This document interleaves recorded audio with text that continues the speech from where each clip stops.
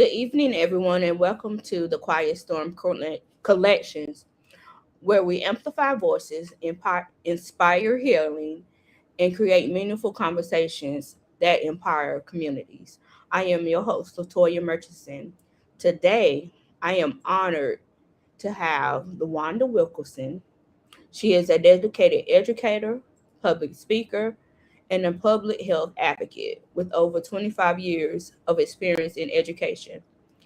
As a woman who has been living with HIV for 10 years, she has transformed her personal journey into a powerful platform for advocacy, education, and community engagement.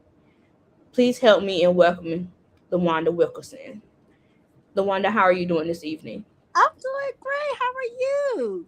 I am blessed. Thank you for accepting the invitation. I've been looking forward to have you on for a while. I know it's about time that we got together. Yes, ma'am, it is. So before we jump into the full interview, my first question is tell us a little about yourself and the journey that brought you to the work that you do today. All right. Well, I am a small town girl. I'm from Henderson, North Carolina, so I'm a very small town. Um, gosh, I'm very free spirited, little outspoken at times. But what brought me to this journey is 10 years ago. We on April 17th to be exact. I was diagnosed with HIV.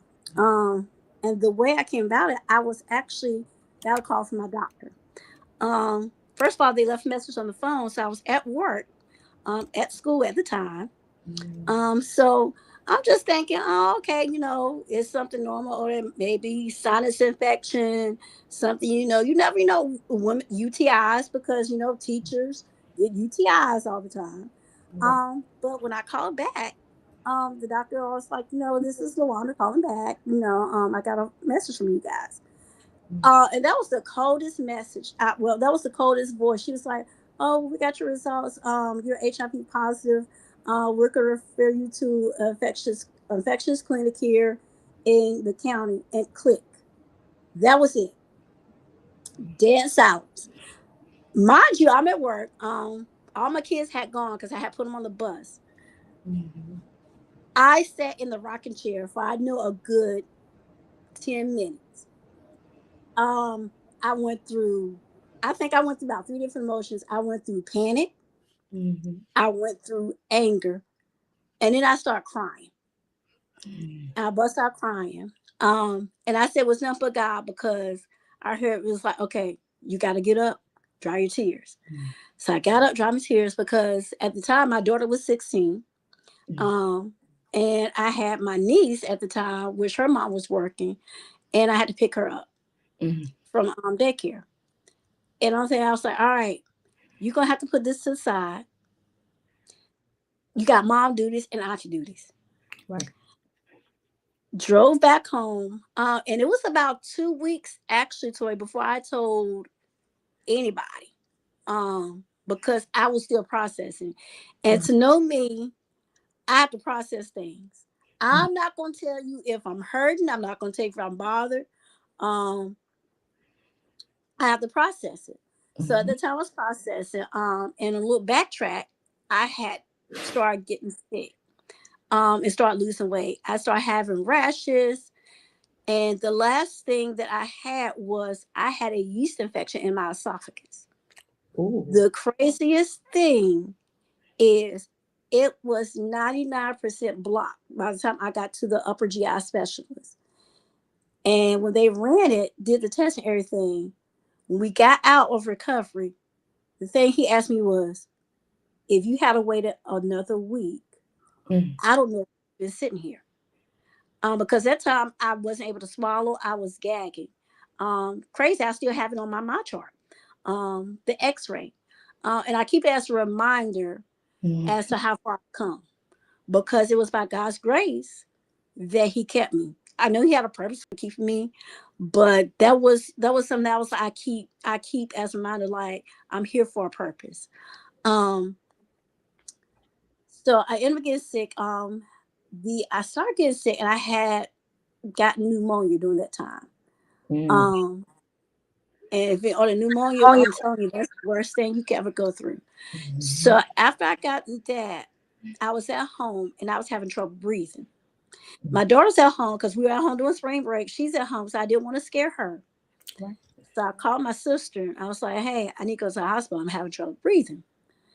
So she knew something was wrong, but she wasn't sure. And because I'm such a person that I'm very closed off with things, Mhm. I don't always tell people what I'm feeling or what I'm going through. So she Right. got in the car. She was like, well, what is work going on? So I finally kind of broke down and told her, I was like, hey, you know, got a report. I'm HIV positive. Um, I got an appointment coming up next week. I don't know what's all going on. Um, she didn't know how to process it at the time. And that was one of the things because in our family, nobody's ever experienced that. Mhm. So went to the emergency room, and you have to when they ask you these questions, you have to. That was one of the questions the Mhm. nurse asked. Um, me being me, I'm like, well, hey, she asked me, are you HIV positive? Yes, I am. Mhm. She was like, well, oh my gosh, I don't know. Um, I can't, oh, that, I can't, oh, that, I can't be around you. And it was okay because I'm like, okay, whatever. Because some people, looking back on it, some people are ignorant, Mhm. and miseducated.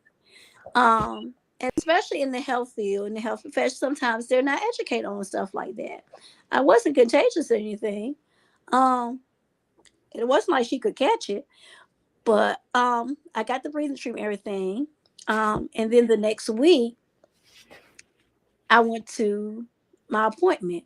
Crazy thing was, I got a call, and it was a family friend. I'm tell you how crazy God works. At the time, I didn't know it was her. She was like, "Well, we'll get her, LaWanda. Well, hey, don't worry, we get you straight." So, I Mhm. took my sister. I took my daughter because I'm very open with my daughter. Anything I go through, because I didn't, I want her to be in a space where, hey, mom tells you everything. We can have those conversations. Mhm. Because I feel like conversations not had are the ones that sometimes slip through the cracks that we should be having. So when I get to the clinic, it was her aunt used to date my uncle, Mhm. and she was there, and she gave me the biggest hug, and I needed that hug, and I started breaking down crying. But she was like, "You're gonna be okay. We got you." And it was her and it was Miss Rita there. They both loved on me. Because at the time I didn't know what was going on. And I had a phenomenal doctor. When I told everything that went down, she handled everything. She's from Detroit. So she has that Detroit or that Detroit like in your face. So she advocated for me. She was my first advocate. So we got that. She told me how the meds were, got me regimen. I got into, or she was like, we have a support group, got into support group, got me a case manager, like anything I needed help with through this transition, I was able to, because I went in weighing, I think I was down to 86 pounds. I could see, I could actually see my ribs. Um, yeah, that was, and like when it took that regimen, I mean, during that time, you go through a whole lot of emotions. Mhm. Um, I was angry because the person that transmitted it didn't let me know. We were in Odell, and that's why I tell people you have to be careful about who you date, and you have to have those open conversations. Mhm. Um, and me being small town naive, I didn't ask those questions. Um, and that's okay because you learn from it. Mhm. You learn from it, you become a stronger one. That person like, oh yeah, I kind of figured, and that was it. And I had to learn forgiveness. Mhm. And one of the things that forgiveness is not for them, Mhm. it's for yourself. So I had to learn how to let go, how to Right. forgive. And that's a hard thing that we struggle with sometimes is forgiveness. Mhm. We tend to hold on to things, but we can't heal if we hold on to it. Right. So that was how I got to that point. Okay. And it's a journey. It is a journey. And I'm not gonna tell anybody it's an easy journey. It takes a lot of prayer. Mhm. Or sometimes, and I have an older life coach, and we've been talking about it. Sit, pray, and wait. Mm, That is something that you have to do. I like that. Sit, pray, and wait. Yes. You've spent 25 years in education. How has your experience as an educator influenced your approach to advocacy and public speaking? So it influenced me. So the way I'm an educator at heart. Mhm. Um, I'm gonna turn anything to an educational moment. So the way I turned into an educational moment because I did ask one of my best friend because I did not tell. It was about a year before I told her. Well, about two of my best friends. And I had went to A's Watch. So I went to A's Watch. And that's where I met Alicia. I met Wanda. So they kind of took me on their wings and showed me how to advocate. Mhm. A's why I had so many emotions. Oh, that I write it out. I write it out. So when I have emotions built up, I write it out. Mhm. So they were asking people like, "Hey, can you write about your experience?" So I wrote about my experience. I had wrote so much, so it took. They had to split up into two. So I Wow. wrote it out and I posted it on Facebook because that was my way of. I posted on my Facebook page. That was my way of like, okay, Mhm. I'm gonna let it out. And both of my friends saw it and they were like, wait, did she didn't let us know? And one of my friends texted me and she was like, you didn't tell me, like, oh my gosh, why you didn't say anything? So I used that moment to educate. Um, and she would ask me questions. She would or like I would take that time to educate. I took her everywhere. When I had an advocacy, when I Mhm. had anything advocacy, if she was able to go, hey, you want to roll? I took her. Right. So then that way she was able to experience it. Because sometimes you need that hands on. Mhm. Some people learn different. Some people learn visually. Some people learn by hearing, and some people learn by hands on experience. So I use all that to educate. Even if somebody hit me up on Facebook and asked me, hey, well, well, how, can you tell me about it? What is it? Oh, okay. Mhm. Let's ask that question. I'll go into and they're like, oh, okay. Well, thank you for being, honest and upfront and transparent. Um, and that's just me being an educator. And that's just something that's I think I was born with as a Mhm. teacher because I guess I've always been a teacher because I always was in the room having sealing my sister's notebook paper and having ordered my stuffed animals lined up, teaching them. So I guess that's one of the ways that it has helped me and transformed me. And I've started a new thing now because I blog it out. I have these little sessions on TikTok where I take, and most time I call them car sessions because I'm in my car most time after work, after I get out of school, after work, and I just generally start talking about it and just start educating. Just taking things that come to mind and Right. just putting it out there because my thing is stigma is miseducation Mm. of what we don't understand. The more we understand something, the less stigma that we have on it. Right. A wealth of knowledge you are. It sounds to me that you have the makings of the beginning of your story in a book form. You know what? And You you know what? know I've been thinking when about you that. get to I've been thinking that about it. when you get to that point that you want to write that book, you reach out to me and I'll walk you through the entire process from beginning Because to the I end. have been thinking, and curiously enough, I've been thinking about it, and that's something I've been praying on. Mhm. Because I was like, God, I was like, I want to be able to help somebody Right. because it's more people out there Mhm. that I want them to know you're not alone. It's people out there that think like, oh my gosh, it's the end of life. No, it's not. Mhm. Um, I thought it was because crazy enough, I had a breaking point. I had a teacher conference I had to go to because I was at the time I was start or I was a beginning teacher, in the school system. My lifelong dream. I had got sick, so I couldn't wear any of my clothes. To you, like none of my clothes fit. I look like they look like potato sacks. So I ended up going to J.C. Penney's because I was like, okay, I'm gonna have to go get some clothes. Mhm. I had gotten so small, I had to go to the kids section. Wow. I was in the dressing room by myself, and I broke down. Mhm. I broke down. It took me about an hour to get out the dressing room because I was like, Lord, these people in JCPenney gonna think that I'm just in here. Oh, they're like, Lord, she hold up in the dressing room, got myself together, Mhm. checked out, and my daughter and one of my niece's friends was here. And her she said, "But why do you tell me? I would have went with you."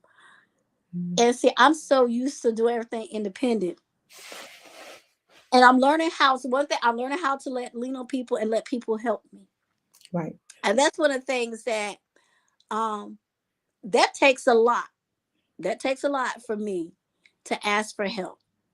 And you can ask my best friend because she was like, she does not ask for help. She don't, and it drives her nutty. It really does. Because I'm just I'll order, she'll order. She's learned, she knows cue, and she knows the cues. Like if something bothering me, she'll let me have my moment for a minute. But she's like, all right, sis, we gotta snap out of it. Um, and she was a bit kept too because I was just very bitter and standoffish. An incident happened where we went out for my birthday. A guy came out, oh y'all look beautiful. And I'm be honest, I snapped his head off. And not meaning to, and my best friend looked, she was like, oh my gosh. Like that trauma Mhm. had caused me a bit bitter. So we sat down and talked about it. And if anybody mental health and therapy session, having a therapist, it's nothing wrong with having a therapist. Right. And I think that's something in the Black community that for us is almost taboo, Toya. Mhm. It's almost taboo because we think if we go to a therapist, it's something wrong. And it's not. Because if we go to a therapist, now or my thing is on to pray, but Mhm. go to a therapist, talk it out too. You can pray, talk to God, but you also gotta or to go to the therapist too. And when you pray, he leads you to the right person. Mhm. He's gonna lead you right. But you gotta pray and talk that thing out. I have a therapist and a life coach. Right. So it takes a village to support you. It takes a village to raise kids, but it also takes a village to support you and Mhm. to get you over those or I don't even like to call them strongholds. I call them obstacles. Because they just little obstacles. Mhm. And it was a little obstacle I had to get over. Um that part. Right.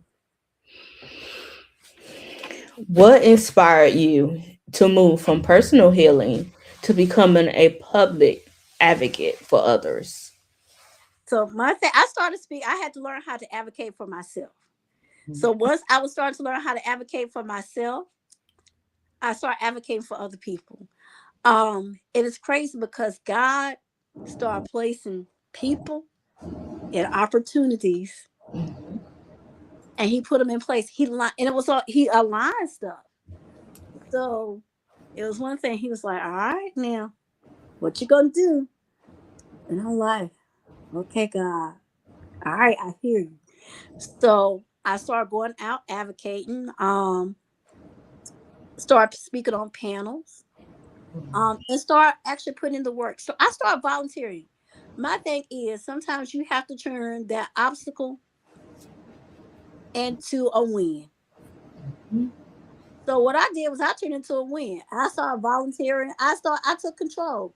Sometimes you have to take control of stuff because sometimes I hate to say the enemy tries to destroy you, But sometimes you have to turn that into like, no, this is a win. This is a way for me to help other people. Because my thing was, and I was raised because my family, especially my mom and dad, if anybody got sick, if someone or somebody died, or somebody in the community needed help, I I've watched my mom and dad just do that, and that was my first. They was your parents are your first teachers, um, and they were my first teacher because I was grounded in faith, for early on because I was Sunday school, church, I was there, and then just watching them. I watched my dad like if somebody was sick, I watched him like, okay, well, so and so sick, they can't mow the grass. He would get off work, go mow that grass. Um, and that's what I seen. I've seen that work ethic in them. Especially my dad. My dad had a strong work ethic. Um, and I have that same work ethic. Even at school because I get picked at school because I'm usually at work at 6:30.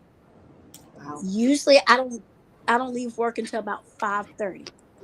But I have that work ethic. When I have something in my head and have a vision, I have to play it out. And that's what's with my advocacy work. I have to play that vision out. I have to help people. And that's my main thing is helping people. Because my thing is I want to be able to be a part of building a stronger community. Um, creating change. Creating change. Um, and it takes everybody to create change. But if you sit still and you don't create change, you still have that stigma. You still have people that are miseducated and misunderstanding.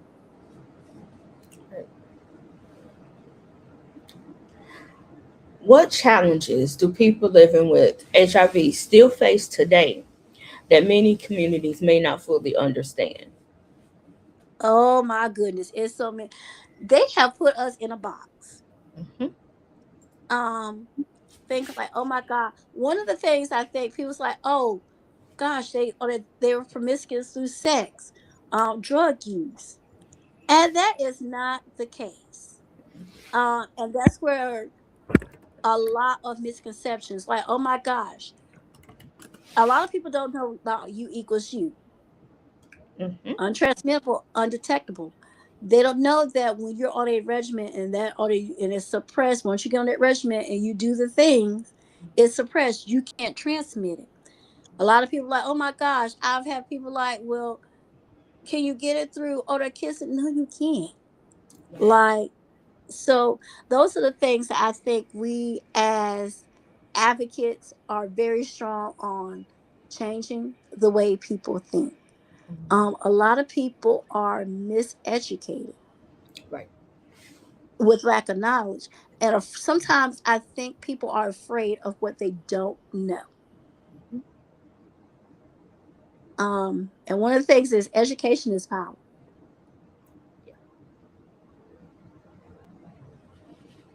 Definitely. You often speak about faith being the catalyst for your healing and your forgiveness. Mhm. Can you share how faith helps you navigate difficult moments? Oh my gosh. Reading the word. I had to get into the word. I'm Mm, a big person. I'm a big journal. So I write letters to God. mm, Me and God are that like I wrote a letter. So when I got diagnosed and I didn't know anything else to do, I wrote a letter to God. In that letter, my one thing I wanted God to do was, God, just let me live long enough to see my baby graduate high school. mm. That's all I asked. Um, and he gave me much more because she graduated high school. She's almost 30 now. So he gave me that. He also gave me confidence, boldness because I'm out more outspoken than when I was younger. When I was young, I was very quiet. But you have to be careful what you ask for, because God, when I asked for boldness, that's what God gave me. Um, when you start talking to God and you put in that time with God, and I tell people it doesn't take a lot to talk to God. It doesn't even have to be in a journal. It could be on your way to work. You can talk to God like he your homeboy. You be like, hey, God. Or Mhm. the janitor at work, he said, hey, my G.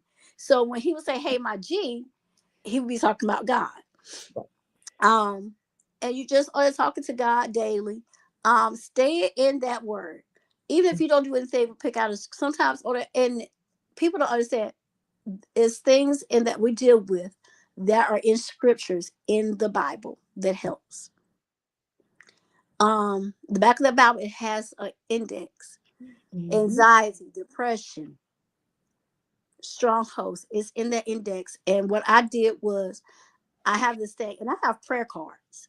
Mm. So I have prayer cards. I got them from Dollar Tree, and Dollar Tree love Dollar Tree, and it was prayer cards in the front. So every so like when they have them out, I pick up about 5 of them. Mm. Um, I use them for myself, but also I also give them to other people. Mm. So if I think they need something or a little boost, or they seem, that's why I hand out. Because without faith, works without faith is dead. Mhm. Works without faith is dead. And we have to learn how to put our faith in God. And one of the things me and my best friend talk about, you can't worry and pray at the same time. So you have to put the worry down. Mhm. And that was one of the things that was hard for me to do. I'm gonna be honest with you. That was one of the things that was hard for me to do. Um, Reconditioning my mind to put the worry down. But once I put the worry down and start putting over that faith, because faith is just an armor, it's your protection. So once I start putting that faith in, it gets easier. Now it's not always gonna be an easy road, but it gets easier when you have that faith, because once you put that faith in God, you have to give it. It's like, okay, God, it's in your hands, because some things we can't control.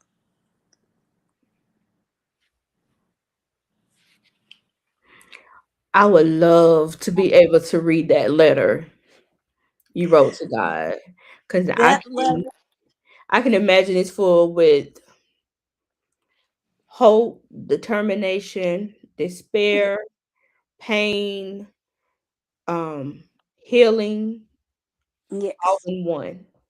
it was a 4-page letter when I got Mm. through. And what I did was I wrote it out, and I actually sealed it in an envelope. And Mhm. what I did was I stuck it in the back of my Bible. Mm. So it was on. I was like, and I actually stuck on my favorite verse, Psalms 23. Go ahead and recite it. Mhm. The Lord is my shepherd; I shall not want. He maketh me lie down in green pastures. He restoreth my soul. And that was one of the things Mhm. that just, or one of this one. And he said, and when I got to the restore of my soul, it was like one of those things, like it was a release, Mhm. and you feel different. Right. And my second part is, yea, though I walk through the valley of the shadow of death, I will fear no evil, for thou art with me. Thy rod and thy staff that comfort me. That part right there for me, because sometimes, or we have that fear. Mhm. Um, and I talked about this with my life coach the other day. Um, Sometimes, or fear kind of transfers, from generation to generation, Mhm. and that fear, I have to look fear in the eye. Right. And that's something that I had to do. I had to look at it. I was like, okay, this is what I'm fearing, but that's not my story. So I turned fear into faith. Mm. Definitely. What role has forgiveness played in your healing journey? Oh, let me tell you, that forgiveness, because I'm telling you, Mhm. um, I was bitter, and I realized if I stay bitter and angry with that person, it was going to eat away at me. Mhm. and it has started eating away at me. I became a shell of myself. I became bitter. I became angry. And most people know me. I'm very happy, go lucky, Mm-hmm. or a little goofy. But that's just my personality. Mm-hmm. Fun loving.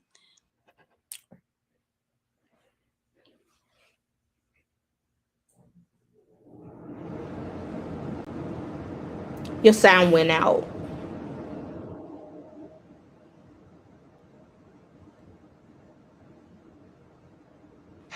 We there you But go. you can't hold a grudge. Mm, You can't hold a grudge on people. And that's not what we're doing. right. So that's how I ended up letting it go. Um, and you have to. I ordered. So it was so funny because the retreat that we did last year. Mm-hmm. Remember when we had to write letting go stuff, Mm-hmm. and we put it in the water. Mm-hmm. So we're out there, and then we had the shells, and then we threw shells out in the ocean. I think I had about. I think I kept going back there. Everybody hadn't left me. I was still on the beach, on there letting go stuff, throwing shells. Y'all had been going back to the hotel when I was still out there throwing shells. And that's one of the things I do like when you let go. And that was another part of, and it takes time. It takes. I tell people, it doesn't happen overnight, Right. and sometimes it takes a couple of years. Sometimes it does take a couple of years, because there's some like because you have to think about the trauma that you go through with that, the trauma of finding out, the trauma of having to do a new regimen routine.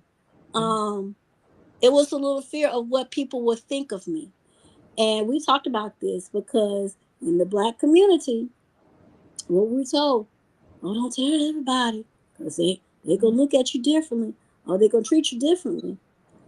Um, and once I got that it was under that negative seed out and realized if I don't tell anybody, how am I helping? Mm, Because one, I'm killing myself, but two, I'm hush mouth about something that God has already forgiven me for. mm, So yeah, that was there's something and a lot of people don't realize that sometimes we hold on to stuff that God has already forgiven us for. mhm. Absolutely. What would you say to someone who is struggling to find hope after receiving a life changing diagnosis? So I you know what, one of the things I said I would pay it forward. Because you never know. The hug that I received was Mhm, what I needed. mhm, That hug was almost like God wrapping his hands around me. Um and sometimes that's what people need. Sometimes we don't have to say words. Sometimes you can do a simple touch. right. Sometimes prayer. Saying a prayer and just praying with somebody helps. Or just being a listening ear. Some people like, oh, to be a listening ear, let them get it out. Because guess what? Somebody was a listening ear for me and let me get it out. So my thing is everybody's different. They express different. But we as not just advocates, we as people Mhm, need to start being there for each other. Really start being there and caring about people.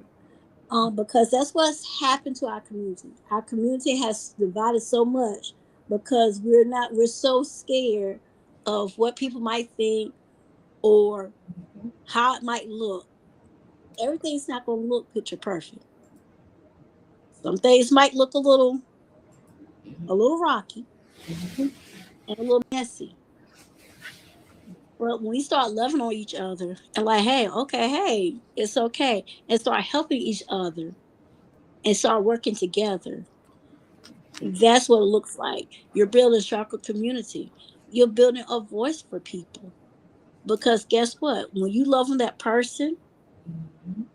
in turn, you start, nurturing them, they'll start advocating for themselves. They Right. might not be a public speaker.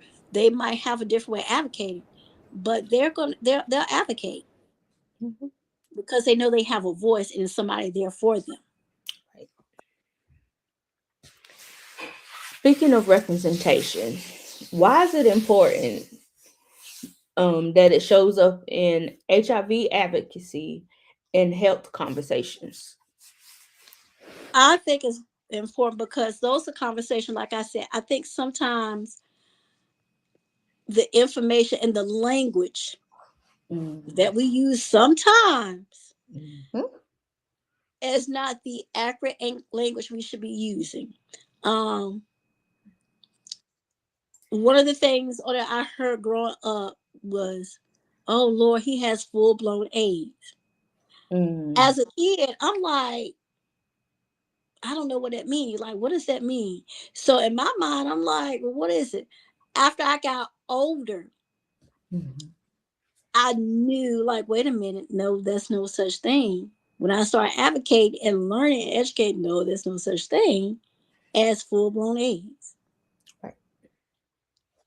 Um, a lot of people didn't know it was some difference between HIV and AIDS. Mhm. So I think that's some of the things that we're missing, the education piece. And like I said, I come back because I'm big on education. Education is key. So Mhm. then that way, and even education in healthcare field of how to, because I think some healthcare providers don't have, I'm just that bedside manner. Mm. Right. Um, and that's key because when you don't have that bedside manner, it does make some people standoffish and Mhm. they close up, they clam up like a shell. Right. And I've seen this a lot with some people that because they have had such bad experience with healthcare providers Mhm. and just people in the community shunning them, Right. they kind of isolate themselves. Mhm. And that's something that we don't want. And it's kind of it upsets me because I'm thinking like a lot of people think the healthcare profession, you're a healthcare professional, you're supposed to have that bedside manner. Mhm. Everybody doesn't. I was just lucky that I had a doctor that was an advocate for me. I was very blessed. I had I go to a clinic that supports. Like when I first got, they would call like, "Hey, just call to check on how you doing." And like I went like they on my birthday. I'll never forget the front. They called and told me happy birthday. And I cried. I think I cried for 30 minutes. I'm like, oh, because I was like I was like because they actually cared about me. Right. And when you care about people, that also goes along with how healthy and how they sustain their regimen. And I Mhm. don't think a lot of that's something else that's not talked about. Um, the healthcare professionals don't understand. Like you have to be in a healthy environment to sustain that regimen. If you're not in a healthy environment, that regimen is not gonna it's Mhm. not gonna work. It's not gonna work. Yeah. We have a comment and a question from Shakila. Okay. Your comment. Your story is powerful. You got me bawling my eyes out. Oh, And to follow up, her question is, what can we do to educate more people who are misinformed, and how can we reach them? ooh, That's a by powerful. getting out in the community. Mm-hmm. Um, One of the things is getting out of the community. And me and Alicia talked about it.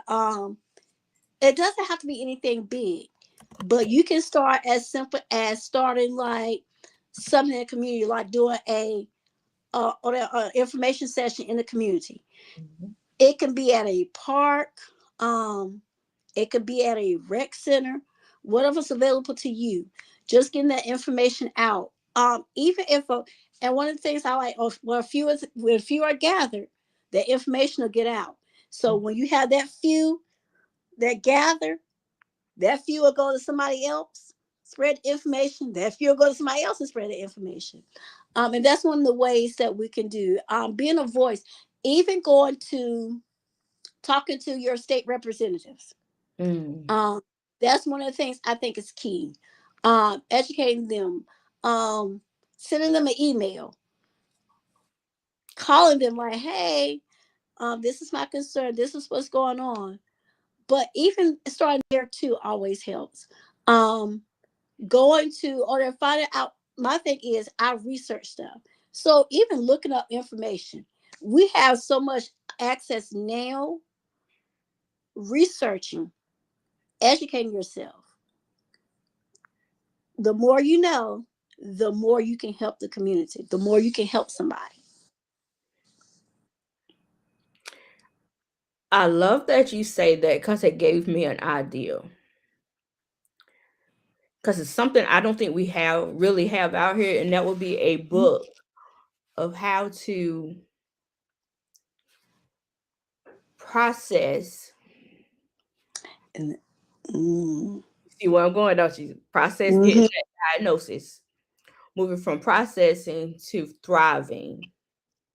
Exactly. And that's a whole different thing because like I said, it took me and I'm closed off. Very close. Like you're not gonna know what I'm feeling. I can be going through something, but you'll Mhm. never know.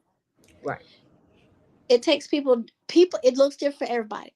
So the way I had to process, I had to sit there a while, cry it out for 10 minutes, but I had to keep going.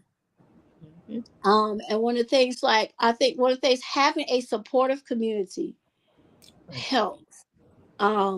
Like I said, my best friends, they support me every time I do something. Like, oh, where we go? Like, or like I have one best friend. She was like, I'm ready to roll when you're ready to roll. Like, so when you go out in the community, start working in the community, um, I took me out the equation and started helping or working and helping others and advocating for others. So I think that was a part of helping me thrive too. Because then when I took me out the equation and stopped, I stopped throwing myself a pity party. You have a passion for creating a safe space for vulnerable communities. What does a truly safe space look like for you? A truly safe space looks like for me one where it's inviting, a space where it's inviting, a space where it's just not, or they're just not a clinic, a clinic type feel. It's inviting where people can relax, almost like a spa type thing. Um, in my mind, um, it's somewhere where people can come and you can be in a group setting, but you can talk about how you feel, like what you're going through, what those fears. Um, I feel like the more education you have, the more you know. I feel like being able to have like we used to call them back in the rap sessions. Having a rap session, like on team. Remember team? You remember Teen Summit when we were growing up, Hmm. where they had the rap sessions. Having sessions like that, bringing those things back, actually helps people to feel encouraged and feel invited. Because like when you're bouncing ideas off of each other, when you're confident each other, you're on a you're coming up with a way to one raise a community that's educated, and you're breaking through stigma. And that's what we're trying to do is break through that stigma, that miseducation that we've had for years. Because you still have a lot of people, especially a lot of older people in the community, still have that mentality of years ago. um and we've come so far in the HIV community. Hmm. um People or that wouldn't understand if we don't educate. Exactly. We're coming down to the close of the interview. I have a combination question for you. Okay. What do you want people to hear and remember when they hear LaWanda Wilkerson? And what words of encouragement do you have for others listening tonight? All right. So, without determination, because I am determined that through me advocating for other, for not just for myself, but for others, I'm determined to be the change in the world. Mm, And one of the things, the power without progress doesn't concede. So if we don't start taking back that power, we can't make that progress. Um, One of the things that I want to remember by is my fight. Um, Fight for, I would say, fight for justice, fight for breaking those generational cycles of yes. stigma and miseducation that we have. My words of encouragement for a person is stay grounded in faith. I Mm, would say for my people of faith, um, that's when you have to draw close to God. Stay in that word. Um, Even if you don't know anything else, just pick up the Bible. It doesn't have to be any. Just pick up the Bible and just read the scripture. Um, Finding, or they're like, I know it's a lot of people that don't have that. Finding that safe space. Um, Finding a buddy mm, where you can talk to when you have those moments. Um, and don't sit in those moments for long. right. Don't sit in those moments for long. Um, because sometimes we tend to sit in those moments, but don't sit in it for long. And keep pushing. Mm. That's the hardest part. Sometimes we have to keep pushing. Even when it seems hard, we keep pushing. LaWanda, thank you for sharing your story, your wisdom, and your heart with us today. Your Oh, you're commitment welcome. to education, good advocacy, and faith and community transformation reminds us that our experiences can become powerful tools for change. Thank you all for joining us for Toya's Quiet Storm Collection. Be sure to like, subscribe, and share this conversation. Together, we can continue creating spaces that facilitate healing, amplify voices, and strengthens communities. Everyone, have a good night. Okay.